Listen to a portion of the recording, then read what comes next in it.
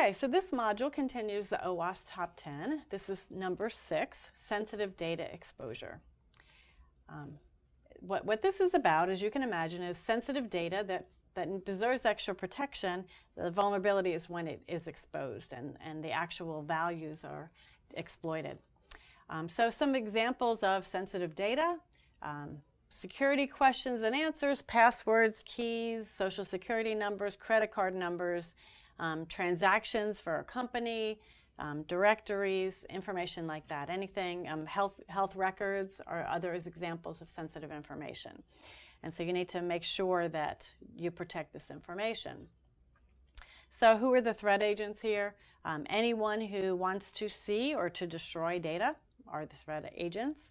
And when you think about the data, you need to think about the data when it's at rest, it's sitting in a database, when it's in transit from the database to an application or vice versa. And also you need to think about when the data is displayed. When data is displayed, someone can walk away from their computer and someone else can come up and see it. And so, something that you can do in a case like that, like you may notice on your credit card statements, even though it's your own credit card statement, a lot of times they'll X out the credit card number and only give you the last 3 or 4. Why are they doing that? They're doing that because if someone does walk away from their computer, they don't want the credit card number exposed. And so in your own applications, can you think about a way to, disguise the data that is displayed? People can, as I mentioned, walk up. They can also print a screen. So you need to watch for that.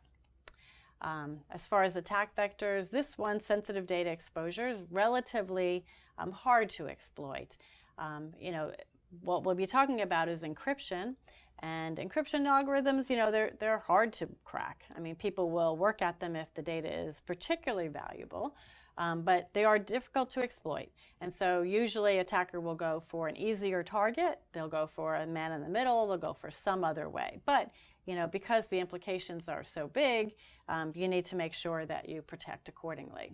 So the prevalence of this type of attack is relatively uncommon because it is so difficult, a very high cost to the attacker. So usually they'll go for another vehicle.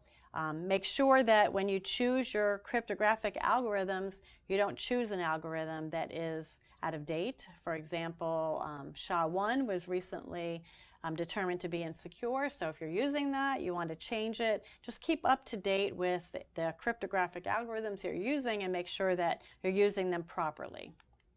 Detectability, average detectability. The main thing is looking at whether you're using a secure cryptographic algorithm or not. The other thing that you need to make sure is data that you declare to be sensitive, that it is encrypted in the first place. If it's not, then this attack is really dead easy to accomplish. As far as impact, severe impact if it does happen, because that would mean your sensitive data is lost, it's stolen, it's changed, it's viewed. Bad things happen to your data. So high stakes here. I'll just give you some examples. So an example of this type of exploit, you're using a weak cryptographic technique, and then, particularly if an attacker can determine which cryptographic algorithm you're using and that it is not known to be secure, then that's a target for you. Improper configuration of secure channels, and this goes along with the OWASP A5, the number 5. The prior one, which is misconfiguration. And so what that is saying is if you misconfigure your cryptographic algorithm or you are not keeping it up to date, then you can have this type of loss.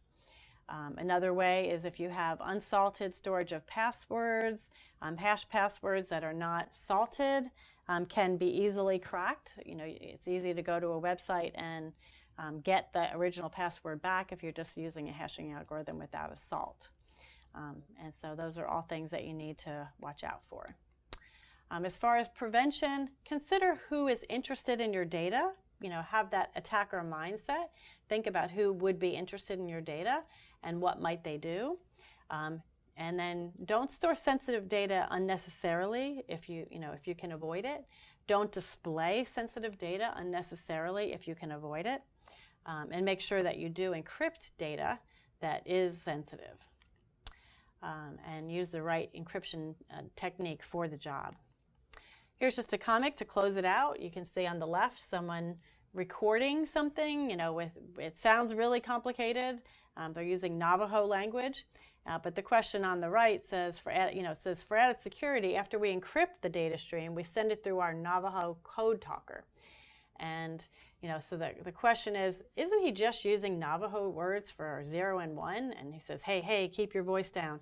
And this is an interesting quote or interesting comic, because often we can fool ourselves into thinking that we have a secure mechanism, but in this case, it is just a trivial exercise to get back to the original data.